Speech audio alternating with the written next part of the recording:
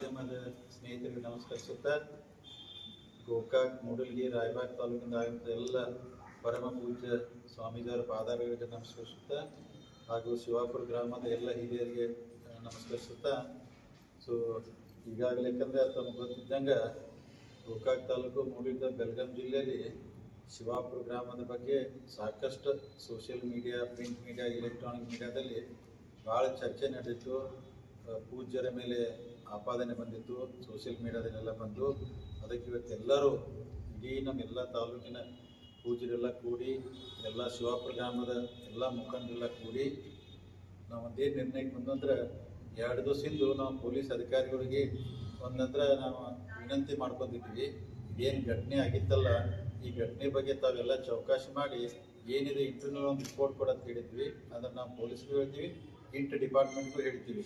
So ಎಲ್ಲ ವರದಿ ಆಧರಿಸಿ ಸೊ ಇವತ್ತು ವರದಿ ಮುಂದೆ ಇಟ್ಕೊಂಡು ನಾವು ಚರ್ಚೆ ಮಾಡಿದ್ವಿ.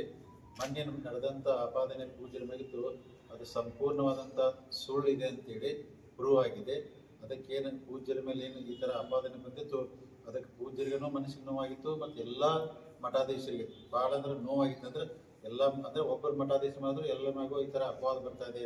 ಸೋಷಿಯಲ್ ಮೀಡಿಯಾದಲ್ಲಿ ಸಿಕ್ಕಾಪಟ್ಟೆ ಈ ಥರ ವೈರಲ್ ಆಗಿ ಕೆಟ್ಟ ಹೆಸರು ಬರತೈತಿ ಪೂಜ್ಯರಿಗೆಲ್ಲ ಅಂತೇಳಿ ಅದಕ್ಕೆ ನಾವೆಲ್ಲ ಚೌಕಾಶಿ ಮಾಡಿದ್ರೆ ಅಂದರೆ ಏನು ನಮ್ಮ ಶಿವಾಪುರ ಪೂಜ್ಯ ಶ್ರೀಗಳು ಆ ಅಪವಾದ ಮುಕ್ತಾಗಿದ್ದರು, ಅದು ಅಪವಾದ ಸುಳ್ಳಿದೆ. ಮತ್ತು ನಾವು ಪೊಲೀಸರಿಗೆ ಹೇಳಿದ್ವಿ, ಅಕಸ್ಮಾತ್ ಅವತ್ತು ಕುಡಿದು ಯಾರು ಆ ಥರ ಗಲಾಟೆ ಮಾಡಿದ್ರೆ ಅದ್ರ ಬಗ್ಗೆನೂ ಮುಂದೆ ಇನ್ವೆಸ್ಟಿಗೇಷನ್ ಮಾಡೋಕ್ಕೂ ಆ ಥರ ಏನಾರು ತಪ್ಪು ಮಾಡಿದರೆ ಅವ್ರ ಮ್ಯಾಗೂ ಕ್ರಮ ತಗೋಬೇಕಂತೇಳಿ ನಾವು ಪೊಲೀಸ್ ಈಗಾಗಲೇ ಸೂಚನೆ ಕೊಟ್ಟಿದ್ವಿ. ಅದಕ್ಕೆ ಇದೊಂದು ದೊಡ್ಡ ಇಶ್ಯೂ ನಡೆದಿತ್ತು. ಅದಕ್ಕೆ ಇಶ್ಯೂ ಶಾಂತವಾಗಿ ಇವತ್ತು ಮುಗಿದೈತಿ. ತಮ್ಮ ಮುಖಾಂತರ ತಾವೆಲ್ಲ ಸೋಷಿಯಲ್ ಮೀಡಿಯಾ ಮುಖಾಂತರ ಇದನ್ನು ವಿಸ್ತರಿಸಬೇಕು. ಪೂಜ್ಯರ ಅಂದ್ರೆ ಅವ್ರ ಮ್ಯಾಗ ಏನೂ ಆ ಥರ ಆಪಾದನೆ ಇಲ್ಲ, ಅವರು ನಿರಪರಾಧಿ ಅಂತೇಳಿ ಈ ಥರ ಮಾಧ್ಯಮ ಮುಖಾಂತರ ನಾನು ತಮ್ಮ ಗಮನಕ್ಕೆ ತರ್ತೀನಿ.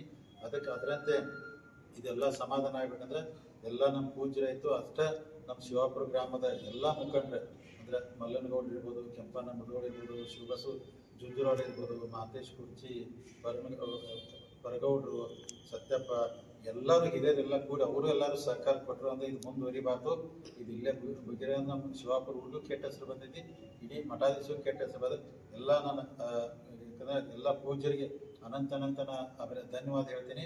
ಅದರ ಜೊತೆಗೆ ನಮ್ಮ ಶಿವಾಪುರ ಗ್ರಾಮದ ಎಲ್ಲ ಮುಖಂಡರಿಗೂ ಈ ಸಮಸ್ಯೆನ ಈ ಶಾಂತವಾಗಿ ಬಗೆಹರಿಸಲಿಕ್ಕೆ ಸಹಕಾರ ಕೊಟ್ಟಂಥ ಶಿವಾಪುರ ಗ್ರಾಮದ ಎಲ್ಲ ಹಿರಿಯರಿಗೂ ಅನಂತ ಧನ್ಯವಾದ ಹೇಳ್ತೀನಿ.